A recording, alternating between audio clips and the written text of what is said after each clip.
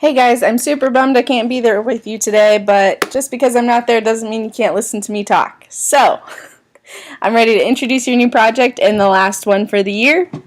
It's called A Job at Legoland. This is one of my absolute favorite projects, and I hope you guys enjoy it too. Be as creative and innovative as you want. So, an overview. Can you build in 3D? Have you played with Lego bricks your whole life? Imagine a job where you would get paid to play with Legos all day. I know. Sounds pretty cool, right? Well, people really get paid to play with Legos. And these people are called model builders. And they're employed at these different Legolands around the world. And there are some here in the United States as well as in Europe. And here are just a couple pictures to give you an idea. And I don't know if any of you have been there before, but it is actually really cool. So do you have what it takes to be a model builder? Well, in this investigation, you're going to learn how to create your own structure made of composite figures. Your task is to build a model house or building, and you'll be using an online site to create your composite structure. There are some stipulations, though. There are things you must have, or that it must be. It has to be a composite figure, meaning it has to have 2 or more shapes presented in your figure, which I'll get into more here in a second. And the length, width, and height should be 5 units or more. You're so welcome to go beyond 5 units, but it has to be at least 5 units for every composite shape you have. You're going to be calculating the perimeter of your structure, and I have shown the formula here. It's also in your Schoology if you need to look back. You need to calculate the total area of your structure at the very end, so we know length times width. And then you're going to have to calculate the volume of your structure. So length times width times height, excluding the roof. And I will help you guys with the roof when I return, or you're welcome to look it up or ask the substitute if they're comfortable with that. Otherwise, I can definitely help you when you get back. Be creative, build whatever colors you want. Totally up to you guys. This is your turn to be creative. And have fun with it. And I'll see you guys soon.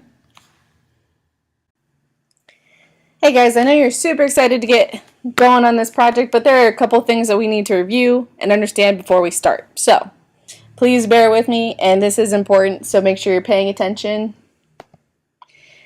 We need to know how to do area, perimeter, and volume. And I know you guys are like, I already know how to do that. Well, just pay attention for a second, because it might be a little different when we're getting into composite figures. Remember, those are a little bit trickier. So, area, to review, area is the amount of surface space that a flat object has. So, area is reported in amount of square units. When you measure the amount of carpet to cover the floor of a room, you measure it in square units. Would the area of your bedroom or the area of your house be greater? Take a second to think about that. Would the area of your bedroom or the area of your house be greater?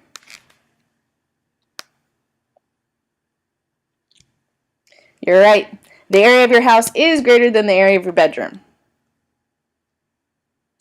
Now, when we're calculating area, and what you're going to notice is my picture is a little different from the online website that you guys are going to be using for whatever reason. This is a little different, and that's okay. So you can see from my structure, it is a composite shape. So you can see that we have a rectangle and I have another rectangle.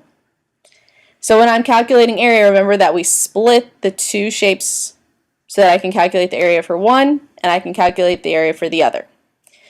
So what I did here was I already counted up my length and width for my one shape, and I calculated the length and width for my other. To find area, remember we have to multiply length times width, and then since it's a composite shape, we're going to need to add both of those areas together.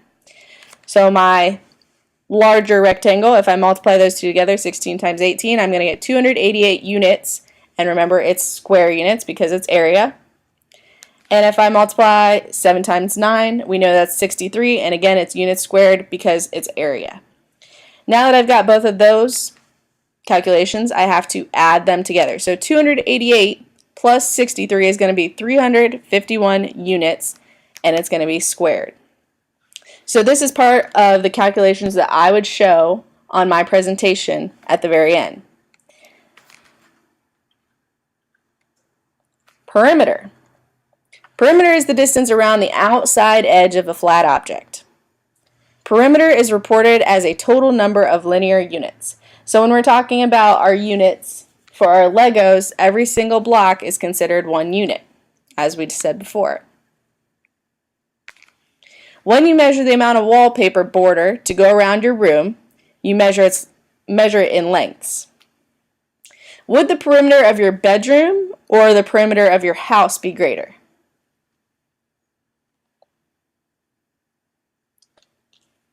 You're right. The perimeter of your house is greater than the perimeter of your bedroom. Very good, guys. So when we're calculating perimeter, this is the same shape that I had before. I've just added a couple units in because now I need to know all of the lengths of the outer edge of my figure. So I've got 16, 18, 7 for my length, and you can see the arrows pointing to that side, 7 for my length over here. I've got 9 on this far side and 25 units across the top. And I counted each of those individually, each of those little individual blocks, and you can see it better on the grid paper. So keep that in mind when you're building. So now that I've got perimeter, I'm going to add up all of my sides. So when I do that, I add all of my sides together, I should get 82 units. And notice that it is just units. Since I'm talking about my Legos, we're going to calculate everything in units, and perimeter does not have squared or cubed. Last but not least, volume is the amount of space that an object can hold or occupy. Volume is reported in units cubed or units cubed as shown. Which would be an example of when you might need to find the volume? Would it be A, when you need to find the amount of paint needed to paint the walls in your house, or B, the amount of water needed to fill your pool? Think for a second on that. The correct answer is B. You need to find the volume to calculate the amount of water needed to fill your pool. It's taking up that amount of space. So when we're calculating volume, you see I've now added to my shape. I have the same units in as I did for my area, but now I'm going to add my height in there because I'm now showing my composite figure now has a height. So you can see I've got 16 for my side again, 18, 7, and 9, and I've shown that I've split it because it is a composite figure. I've got a rectangular prism here and a rectangular prism here. So to find the volume, I need to find the volume of each rectangular prism, and then I need to add them together. So again, volume is length times width times height. So I need to do 16 times 18 times 5, which is going to give me 1,440 units cubed. Again, that's cubed for volume. And then I'm going to find my volume of the second rectangular prism. Again, the height is still 5 over here, so I'm going to do 7 times 9 times 5, which should give me 315 units cubed.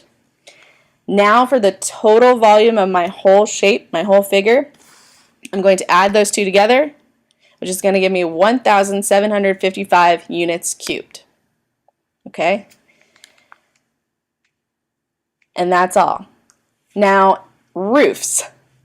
If you plan to make a roof, which is great, buildings we know don't always have roofs. They're flat. It's the same idea, so your area would be the same. If you're finding a roof, awesome. If you plan on building a house, it probably is going to need a roof. I will say that is more difficult. It is definitely a challenge, and I will definitely help you with that when I get back. You are not required to have a roof unless I've told you to do so, and you know who you are. But anyone is welcome to the challenge. If you do include a roof, you must include those in your calculations. Okay? All right, guys. Last thing, again, requirements. I know. Got to say them again one more time. It must be a composite figure, meaning it must have multiple prisms combined to create your building. The length, width, and height must be at least 5 units. You can go beyond 5 units, but it cannot be less than 5 units. All right, now let me show you how to access everything. All right, in Schoology, this is somewhat what yours is going to look like. I'm going to go down to the Legoland project. All right, you can see this is the set of instructions that I read to you first. This is your final presentation. Don't worry about that until the end. You can take pictures of your project along the way, but don't worry about the presentation, and at the end I'll help you with that a little later. Calculations page, which you should all be getting right after this to write down your work and to work through your problem. And then your rubric, which I will go over here in a second. So your rubric, your final calculations are due Tuesday the 29th. So those are due the day that I get back. Your final presentation is due Wednesday, which I will help you with. And we'll be presenting on Thursday and Friday. More on Thursday. So you're getting your points from correctly calculating the formula for perimeter of your figure, for calculating the area, and for calculating the volume. Okay, so all of your math has to be correct when you're calculating those aspects of the project. The other thing you're going to get counted for is for your presentation. So were all of your calculations displayed in your presentation?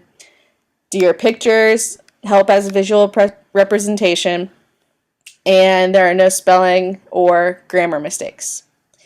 When you have your calculations, make sure you're putting in like what you multiplied and how you found it and all of that, because you're going to have to present it to the class and you're going to have some detail in there. Your pictures should also help as visual aids. So you saw in my presentation how I showed that there were 16 units. I didn't just have a picture. I showed that there were 16 for my length and 18 for my width, okay? So this is total out of 16 points. And if there are any questions on that, feel free to message me. I will on Schoology. I will try to get back to you, but no guarantees. All right, lastly, you have two choices of websites that you can use to do your building. There is Mechabrick, which is really cool. It's got a lot of awesome features. It also can be kind of difficult to use, which if it's something that you want to use to make some cool designs, I would definitely use that. But if you get annoyed with that, you're welcome to use Everblock, and that one is going to be listed under alternative design. So make sure you decide which one you're going to use. So there's going to be a building site and then a building site alternative. So the building site is going to be the Mechabrick, and the Everblock is going to be the alternative. So if you get frustrated using the Mechabrick, which has a lot of features, and make sure to watch the tutorials for the one that you choose to use, okay? So make sure you watch my videos on how to use Mechabrick and how to use Everblock. If that's the one that you decide to use, that'll help you out.